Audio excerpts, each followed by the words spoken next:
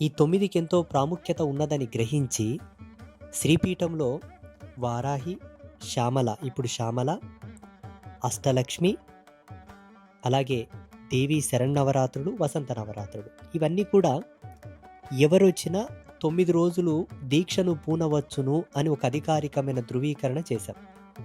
అలాగే శ్యామలమాత దీక్షను కూడా వేసుకోవడానికి శ్రీపీఠం అంగీకరించింది. మేము దాని ఆమోదం తెలిపాం. శ్యామలా మూలమంత్రం ఉంటుంది. శ్యామలా మూలమంత్రమును ఆ 9 రోజులు శ్రీపీఠంలో ఉండి జపించుకోవడానికి మంత్రం ఇస్తారు స్వామివారు.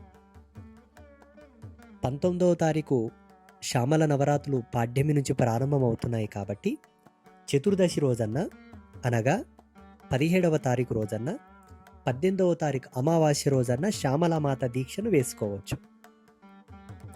పీఠానికి వచ్చి ఆన్లైన్